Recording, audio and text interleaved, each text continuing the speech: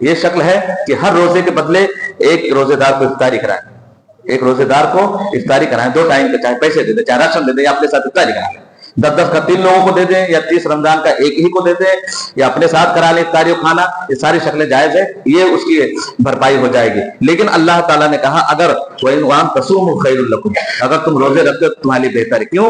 ذرا سی بھی اگر 10% بھی گنجائش ہے کہ روزہ رکھ سکتے ہو تو روزہ رکھو، اس لیے کہ یہ شکل مسکینوں کو کھانا کھلانا ایک روزے کے بدلے، اس سے کیا ہوگا؟ آپ سے گناہ سے بچ سکتے ہیں، جو فرض روزے آپ کے چھوٹے ہیں اس کے گناہ سے بچ سکتے ہیں چھوڑنے کے، ثواب سے محروم ہو گئے، ثواب جو ملنی تھی روزہ رکھنے کے بعد ہمیں، اس سے ہم محروم ہو گئے۔ اسی لیے اللہ تعالیٰ نے کہا تصوموا خیر لکم، اگر روزہ رکھ سکتے ہو تو تمہارے لیے بہتر ہے، رکھو اگر ذرا سے گنجائش ہو۔ دکانوں کے پردے ڈال کر کے جو لوگ نہ روزہ رکھنے والوں کو تعاون کرتے ہیں گنہگار برابر کے، اس میں کالے پردے کے پردے ڈال لیتے ہیں۔ اگر ہاں یہ نیت ہو کہ بچوں کے لیے ہے، بیماروں کے لیے ہے، مسافروں کے لیے ہے تو ٹھیک ہے، لیکن وہ تو پردے ڈال کر کے اور تعاون کرتے ہیں، ان کی آمدنی حرام ہے۔ یہ غیر روزے داروں کو جو بڑھاوا دیتے ہیں کہ پردہ ڈال کر کے ان کو بریانی کھانا کھلاتے ہیں، کھاتے رہتے لوگ جا کر چپ کر کے، اللہ کی حکم کا اور اس فریضے کا جو مذاق اڑاتے ہیں، وہ تو گنہگار ہو رہے ہیں، لیکن جو لوگ ایسا کرتے ہیں وہ بھی اس میں شریک ہیں۔ اللہ تبارک و تعالیٰ ہم تمام لوگوں کو اس سے بچائے، اور جتنا بھی ممکن ہو دیکھیں زیادہ سے زیادہ نیکی اس مہینے میں کمانے کی توفیق دے۔ بارک اللہ لنا ولکم فی القرآن العظیم ونفعني وإياكم بالآیات والذکر الحکیم، انہ تعالی جواد کریم ملک رؤوف رحیم۔